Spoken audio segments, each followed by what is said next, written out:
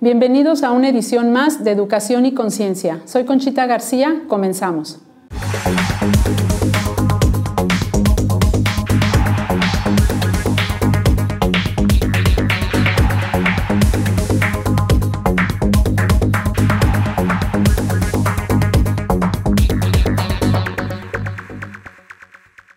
Con el gusto de estar con ustedes, hoy en Educación y Conciencia hablaremos de un tema muy importante en la educación, que es la evaluación del aprendizaje escolar. Y para ello hemos invitado al licenciado Francisco Javier Castillo Basurto, que él es licenciado en Psicología y además ha trabajado en diferentes instituciones educativas como es la UNAM, la SEP, en la Normal Superior de México y en muchas otras universidades privadas y públicas. Y bueno, pues dentro de este trabajo que ha desempeñado ha tenido varios roles, como son el ser profesor, asesor, investigador, director. Y en esa amplia trayectoria, bueno, pues tiene muchísima experiencia en lo que es el tema de evaluación. Y por eso lo hemos invitado hoy. Licenciado Castillo, bienvenido. No, es un honor, muchas gracias estar aquí contigo en el colegio. Bueno, pues ya hemos tenido en otras ocasiones la fortuna de contar con el licenciado en cuanto al tema de evaluación. Nos ha venido a dar algunos talleres aquí al Colegio Fray Luis de León.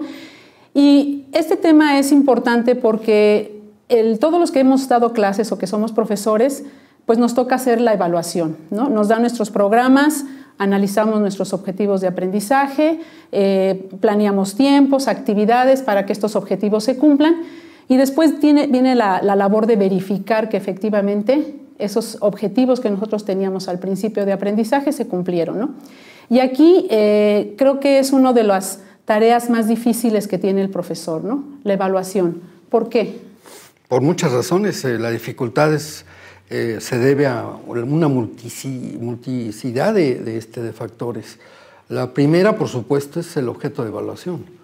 Estamos evaluando al ser humano, entonces esto plantea una dificultad para cualquier gente, ¿no? Porque en primer lugar, somos el propio objeto de evaluación. Segundo, el ser humano está en constante aprendizaje, en constante evolución. En un escenario escolar, los alumnos aprenden datos, conceptos, habilidades, destrezas, pensamientos, actitudes, etcétera, etcétera, ¿sí? Entonces, para empezar, para entender la complejidad de estos aprendizajes que son tan diferentes entre sí. Segundo, poderlos evaluar es una tarea que en sí misma plantea una gran dificultad. Esa es la primera razón, la más importante, diría yo. Pero no hay otras que podemos menospreciarlas, ¿no? La segunda, que es una situación muy prevaleciente en nuestro país. En nuestro país, en todo el sistema educativo, todos los días se evalúa a todas horas y en todos los momentos, ¿sí? Suponiendo que entre más se evalúa, los alumnos aprenden mejor. Si así fuera, pues el país estaríamos en los primeros lugares, ¿no? Y esto, por supuesto, que no es así. Ahora, relacionado con este punto, la influencia que ha tenido lo que se llama el conductismo, estamos hablando de 70, 60 años, que sigue prevaleciendo. Es un impacto que es muy determinante en la práctica de la evaluación. Recordemos que el conductismo plantea que el aprendizaje es el resultado de conectar estímulos con respuestas. Entonces está interesado en la respuesta final, es decir, en lo que el alumno finalmente va a emitir y que el maestro va a considerar que es el aprendizaje. Nada más que aquí hay una cuestión, ¿sí? Se ha malinterpretado lo que Skinner planteó en su momento. Esa es una visión cientificista acerca del estudio del aprendizaje y de la conducta del ser humano. No es que negara la existencia del pensamiento, simplemente es inabordable porque no podemos observar directamente qué es lo que sucede cuando pensamos, cuando aprendemos, cuando hacemos la conexión entre determinadas situaciones y determinadas respuestas. Entonces, la influencia que ha tenido este paradigma, esta forma de pensar respecto de la evaluación ha sido determinante y es determinante en el campo de la educación. ¿En qué consiste? En que el maestro está atento a la respuesta final, más no está atento en qué es lo que sucede en el proceso. Y ahorita, por ejemplo, recordemos que en el plan de educación básica, en el que se publicó, por ejemplo, es por citar un ejemplo, en el Acuerdo 592, en el que se articula por primera vez en nuestro país educación preescolar, primaria y secundaria, con la conexión con la reforma de educación media superior. Se recomienda al maestro que esté atento al proceso. Y en efecto, el proceso es más importante que el resultado final. Nada más que, como evaluamos, estamos ocupados en esta especie de cultura psicométrica del test. Estamos ocupados en la respuesta final del alumno, no en lo que pasa durante todo el proceso. Y es mucho más enriquecedor averiguar, investigar cómo es que llegó los alumnos, cómo es que llegan los alumnos a un aprendizaje determinado, más que el resultado en sí mismo al final. El maestro, finalmente, los maestros no sabemos, cuando omitimos el estudio de los procesos del aprendizaje, no sabemos realmente cómo es que llegaron los alumnos a un resultado final. Lo que nos interesa es el resultado final. Es el resultado. Y aquí, en este mismo paradigma, perdón que me explaye un poco porque es muy importante esto, el aprendizaje se mide o se evalúa, se valora en función de qué tanto se ajusta la respuesta que dé el alumno a la respuesta pensada por el maestro. Por eso una de tantas críticas que se hace al proceso evaluativo consiste en que es un juego que se refiere a adivinar lo que está pensando el maestro. Entre la respuesta se ajuste más a lo que pensó el maestro, se juzga que aprendió mejor, pero se desconoce cómo es que llegó el alumno a este punto. Otro factor es la cultura organizacional, lo que se llama cultura organizacional, que prevalece en las instituciones. Relacionado esto directamente con el proceso de planeación didáctica. La evaluación se deja hasta el final, y eso no deja de ser profundamente contradictorio y paradójico, porque finalmente el alumno va a aprender, a pesar de él, a pesar de la escuela, a pesar de lo que sea, de su familia, de lo que ustedes gusten y manden, ¿no? Entonces, el maestro no se pone a pensar, no se pone a hacer una planeación didáctica, ahorita claro en qué sentido, en función de cómo va a expresar esos aprendizajes los alumnos. Y aquí es donde se plantea, en toda la experiencia que yo he tenido como profesor y como capacitador de docentes, aquí se plantea una gran dificultad para el maestro. Es frecuente que el maestro pida como un producto de aprendizaje algo que él no sabe hacer. Entonces, si es algo que él no sabe hacer, pues ¿cómo va a evaluarlo, no? Claro. Resulta esto un acto temerario, ¿no? Por calificarlo suavemente, ¿no? No sabe, al no hacerlo al no saberlo, perdón, entonces esto es también indicador de otras cuestiones.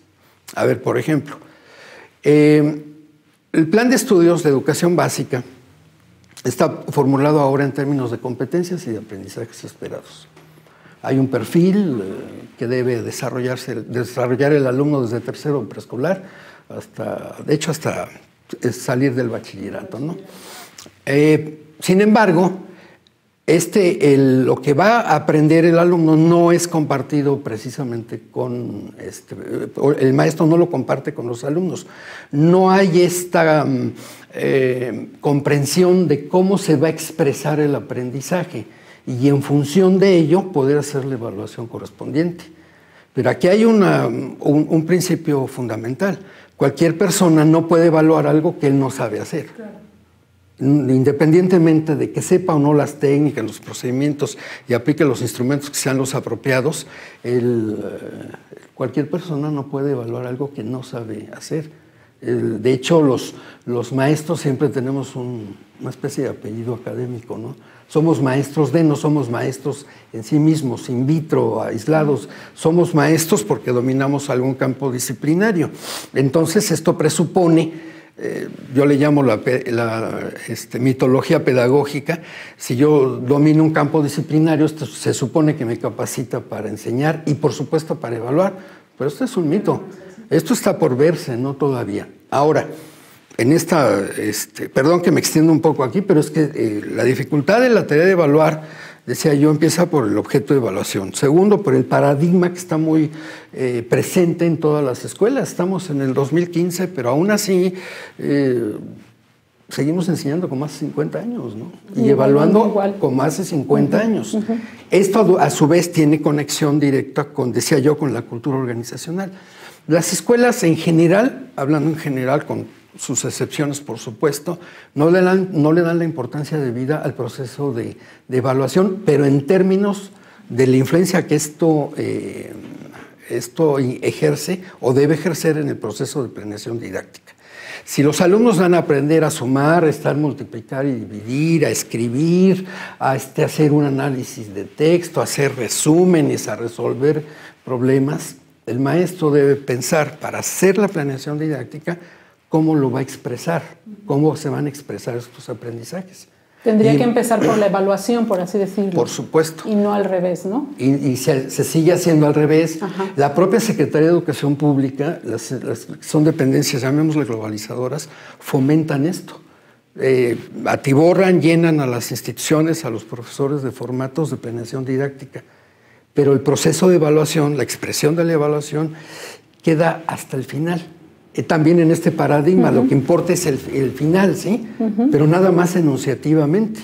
Si el alumno, por ejemplo, va, como tiene que ser, normalmente sucede, tiene que presentar un examen, ya sea al término de un bimestre o al término de un año, las preguntas, los reactivos que contiene ese examen son la expresión de lo que el maestro finalmente quiere que aprenda. Claro. La pregunta entonces es, ¿por qué?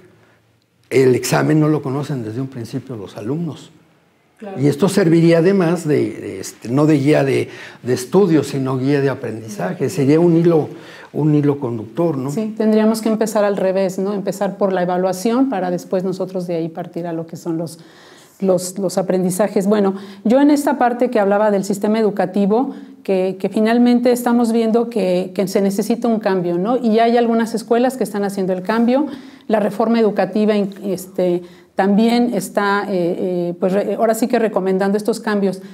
Y la metodología que se está aplicando en algunas escuelas ya ha cambiado, ¿no? Veía yo el otro día el TEC de Monterrey que tiene ya otra metodología y empiezan a, como decían, a hacer las tareas en clase, ¿no? En lugar de empezar al revés de cómo se hacía. Sin embargo, la evaluación sigue igual, ¿no? La evaluación sigue siendo la misma. O sea, nos han dicho que la reforma habla mucho de competencias, de que la UNESCO menciona el conocer, las 4 pilares, ¿no? El conocer, el ser, el convivir, el hacer. Y sin embargo, a esas competencias le seguimos dando un número, ¿no? Entonces, ¿cómo evaluar una competencia? ¿Cómo podemos evaluar el ser, por ejemplo, el convivir, ¿no? Aquí hay que hacer un planteamiento radicalmente distinto a lo que normalmente se ha estado y se sigue haciendo en el proceso educativo, de hecho, de cualquier escuela, ¿no?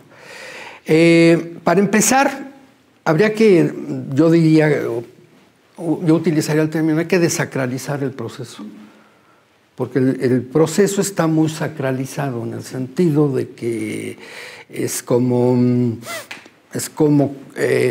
una especie de agenda oculta, es algo al que los alumnos no tienen derecho ni a participar en su diseño, ni muchísimo menos a ser evaluadores de su propia evaluación, vamos a decirlo así. Ahora, entonces, en esta nueva idea de la educación, del aprendizaje, del desarrollo por competencias, se propone que la evaluación desempeña un papel formativo, pero no con aquel sentido antiguo, vamos a decirlo así, de evaluación diagnóstica que se hace al principio, evaluación formativa que se hace durante el ciclo y la evaluación sumativa que se hace al final. No, la evaluación formativa significa que el proceso de evaluación debe formar parte del proceso de enseñanza y de aprendizaje.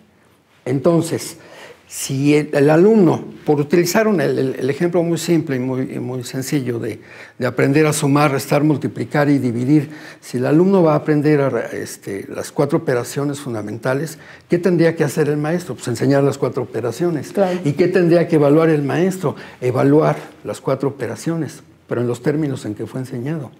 Entonces, mientras la evaluación por una parte no sea una parte integrante del proceso de enseñanza y de aprendizaje, no vamos a avanzar. Y esto va a plantear una cuestión muy importante. Sí, si partimos de la planeación didáctica, el punto de partida de la planeación didáctica va a ser la evaluación, entonces es como ir en retroceso, es decir, yo primero tengo que pensar si los alumnos van a hacer un examen, o un examen al bimestre, un examen al final, los exámenes deben estar listos antes de que inicie el ciclo.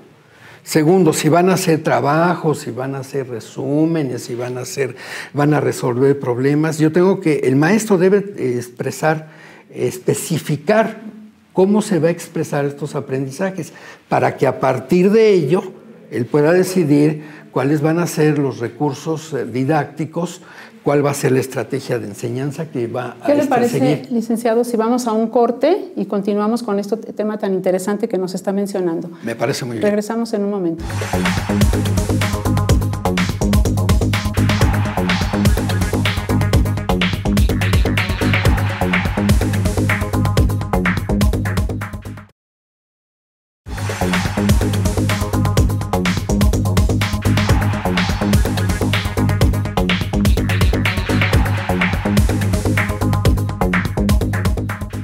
Regresamos aquí al programa de Educación y Conciencia con el tema de la evaluación del aprendizaje escolar.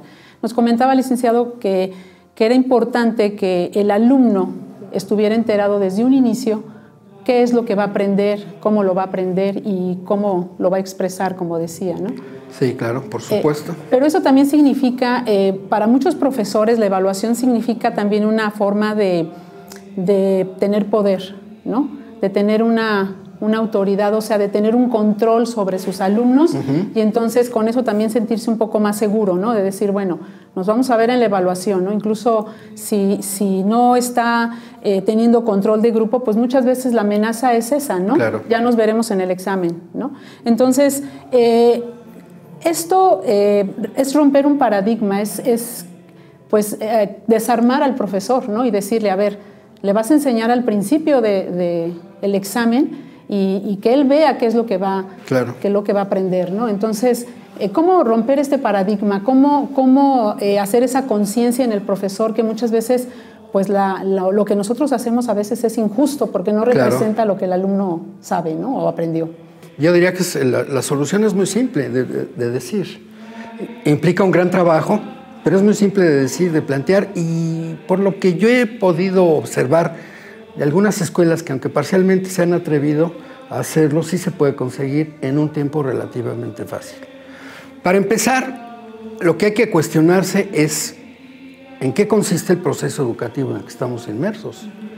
Esta visión no de autoridad, sino más bien autoritaria, de que yo mediante la evaluación controlo a los alumnos porque los puedo coaccionar, porque los puedo castigar, porque los puedo recompensar, porque los, claro, puedo manipular, es una visión profundamente autoritaria de la educación, muy alejada no solo de un proyecto escolar, sino de un proyecto realmente de sociedad democrática, en la que todos debemos asumir la responsabilidad que nos toca y actuar en consecuencia. Al maestro le corresponde, parte de la responsabilidad en esto de la evaluación, compartir los criterios con los alumnos conforme a los cuales va a evaluarlos. Le toca hacer del conocimiento de ellos los instrumentos con base en los cuales va a evaluar los diferentes aprendizajes que van a lograr los alumnos. Le toca propiciar la participación de los alumnos en el proceso. Una práctica que algunos maestros han desarrollado, que tiene mucho tiempo, pero que se ha hecho como algo casuístico, a veces como una especie de ocurrencia, es que los alumnos, por ejemplo, propongan reactivos para hacer un examen, ¿sí?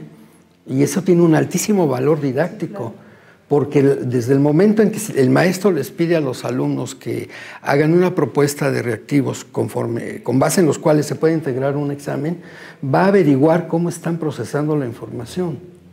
va a ajustar las expectativas que ambas partes tienen respecto de los aprendizajes. Les va a conferir a los alumnos la responsabilidad, de la cual nunca debimos propiciar los maestros y los directivos que abdicaran los alumnos de la responsabilidad que les toca.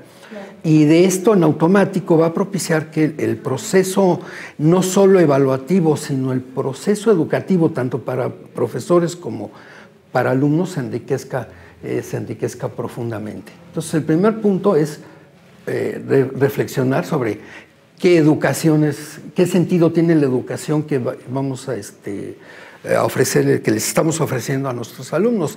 Dicen muchos autores, ¿no?, que el acto de asistir a una escuela tiene un alto contenido formativo. El asunto es ver en qué sentido se forman los alumnos, ¿no? Si se forman los alumnos en el sentido de que la autoridad inapelable, el dueño del conocimiento, el único dueño del conocimiento es el maestro, en una especie de relación de amo-esclavo, pues en ese sentido los estamos formando. Pero si buscamos el sentido que realmente tiene la educación, hablando de los 4 pilares de la educación, de desarrollar integralmente a los alumnos, entonces las cosas cambian. Y aquí no podemos omitir ni la responsabilidad, no solo de los alumnos, sino de los directivos, de los padres de familia y, por supuesto, de los profesores. La cultura organizacional, entendiéndose por esto los valores que en la práctica se ponen en marcha en cualquier institución, en cualquier organización laboral, también tiene mucho que ver en esto. Las escuelas se preocupan mucho por el proceso de planeación didáctica, pero en términos de llenar formatos, de satisfacer los requerimientos de las dependencias globalizadoras, llámese CEP o llámese UNAM, y no le dan la importancia que tiene a la evaluación. La evaluación es el proceso determinante en el campo de la educación.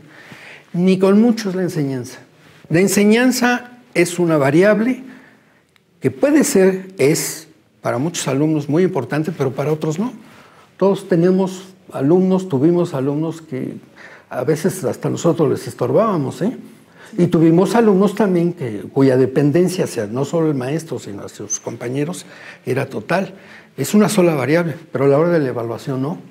Porque a la hora de la evaluación, trátese de hacer un examen, de resolver problemas, de presentar un trabajo, de una o de otra manera homogeneiza, estandariza a todos, porque los pone en la misma situación de dar una respuesta. Esto un tanto en la óptica también conductista, la visión conductista de este proceso.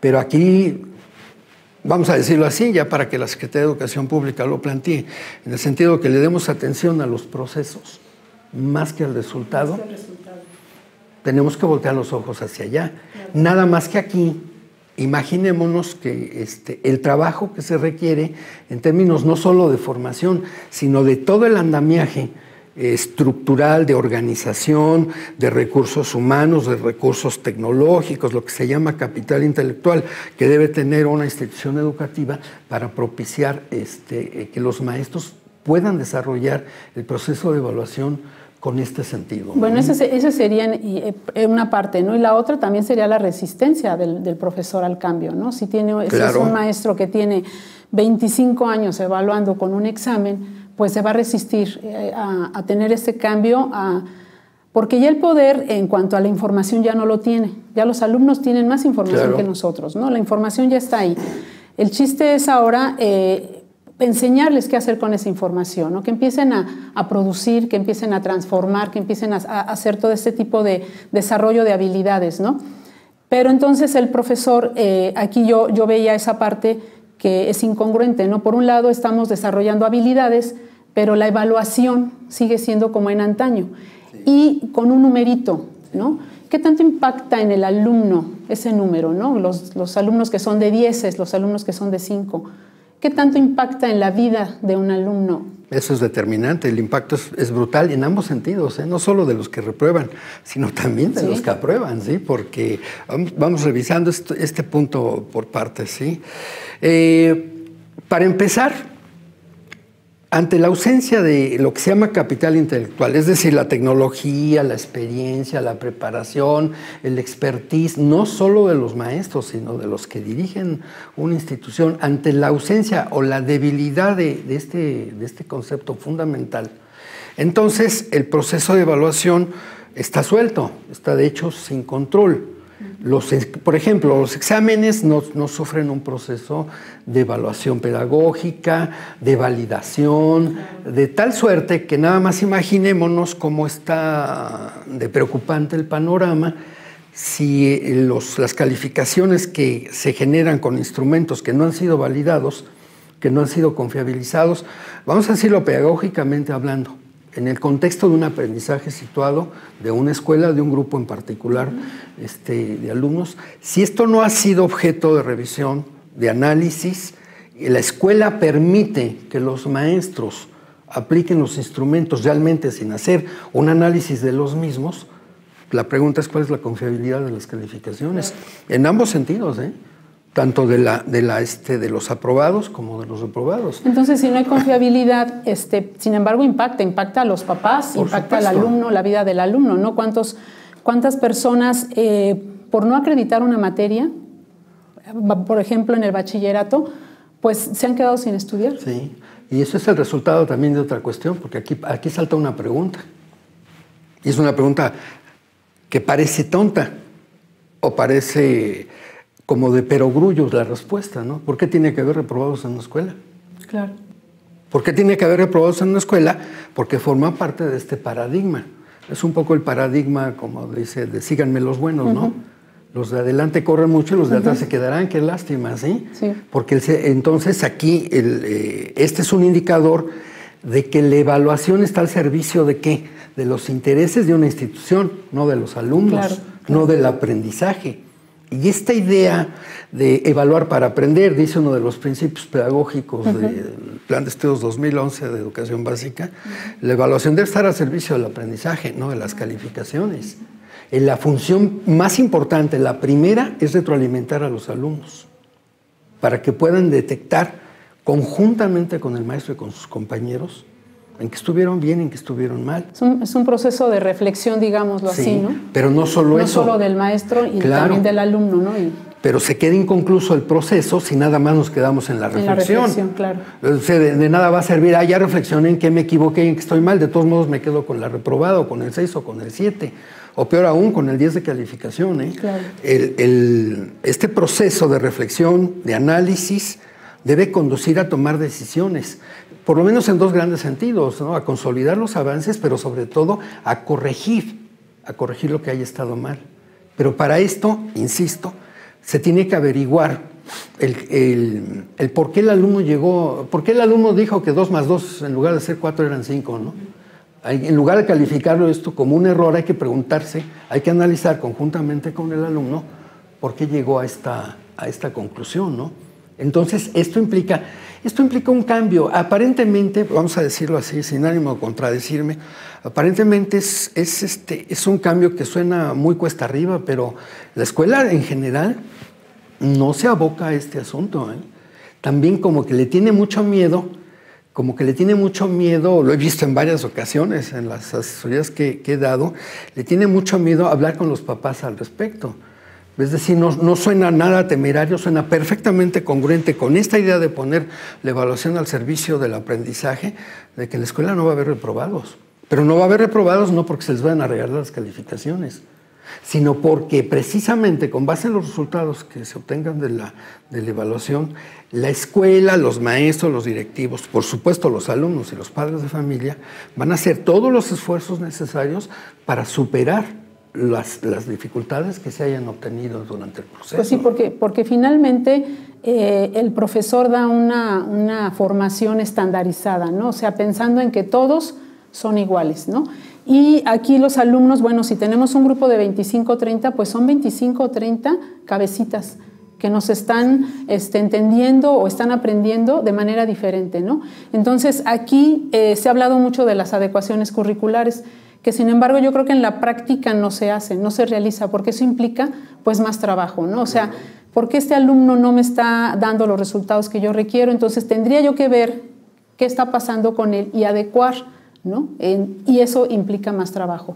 Entonces, creo que aquí uno de los problemas que nosotros vemos importantes, bueno, en lo que es la evaluación, que impacta mucho, ya estamos diciendo, ¿no? Impacta mucho en la vida de los alumnos.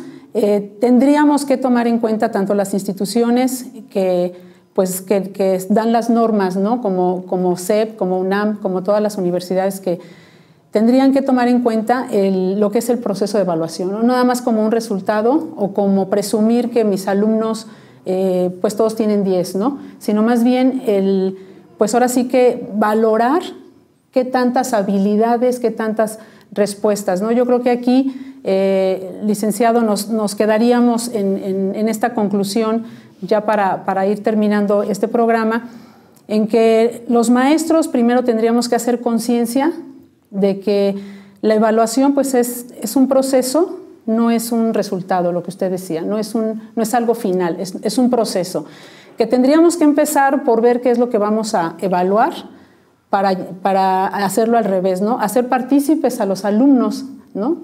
A lo mejor de decir una práctica sencilla que usted decía que lo podemos hacer, este cambio es decir al alumno qué preguntas, qué reactivos pueden venir en el examen. Empiecen a decirme y ustedes van a hacer el examen, ¿no?